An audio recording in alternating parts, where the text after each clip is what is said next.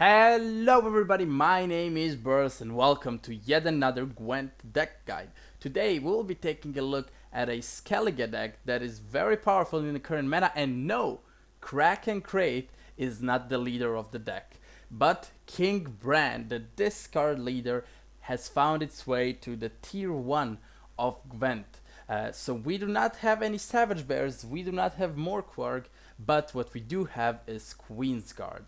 So let's jump right into it. So the deck is quite specific. It combines the old discard engine that we have seen over and over again together with the Queensguard one and the Resurrect one. Starting at the golds, we do not have Hjalmar, for instance. At the silvers, we do not have Holger Blackhand, and we do not have the Clandromon Shield Maidens. So we don't have the whole control section, but it still has the Skellige flavor to it.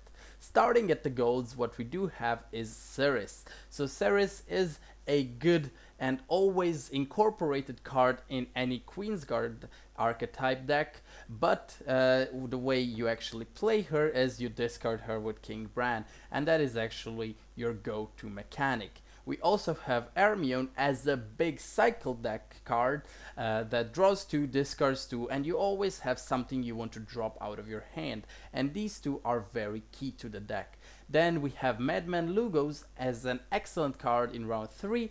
You discard a Clan and Crate Raider, he deals 6 damage, he spawns for 6, so that is 13 plus the 6, that's a good 19, better than Vernon Rose at his best. In round 1 and 2, Madman Lugos is not as good, but he still finds some decent value, like killing, for example, a Yarpen Ziggurin with a Clandimoon Pirate Captain from the deck or something like that. Actually, that is not possible because what he does is he damages by base power, so do not make that mistake.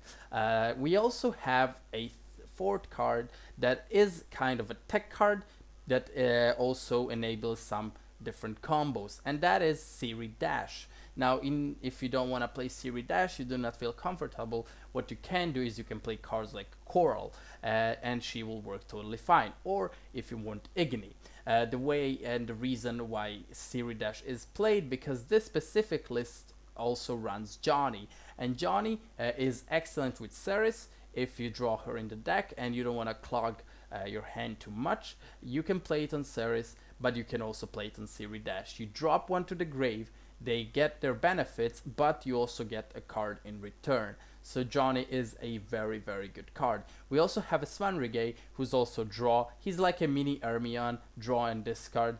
We have the Dragbundu, who's an absolute must because of the Queensguards, and he's an extra 6 every time you resurrect them. We have an Operator in order to copy the Queensguard, and as the last silver, we run an Alzur's Double Cross. This spot could also be taken by something like a Decoy in order to replay the Johnny, to replay the Dragbundu or the Operator. Svanrige also. Decoy is really powerful, and that actually wasn't the last silver. The last silver is the Naran Hinder. Lock is quite important, but in a matchup where you have nothing to lock, you can also play the Johnny on the Naran Hinder and get the silver from your opponent. As for the bronzes, we have the triple Queensguard, triple Clan and Crate Raiders, and triple Clandimoon Pirate Captain.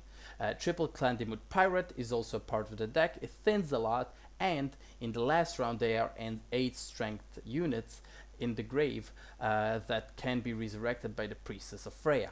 The Priestess of Freya are also played in 3 copies. They are good because they can resurrect the Queensguard. If you want, you can resurrect the Clandimoon Pirate for a total of 9 strength, but if you have nothing to discard, you can discard them and then just get an extra bonus strength every time you use the Priestess of Freya, because you just resurrect the other one you discarded, since she is not banished, she isn't doomed, and then you get an extra strength that way.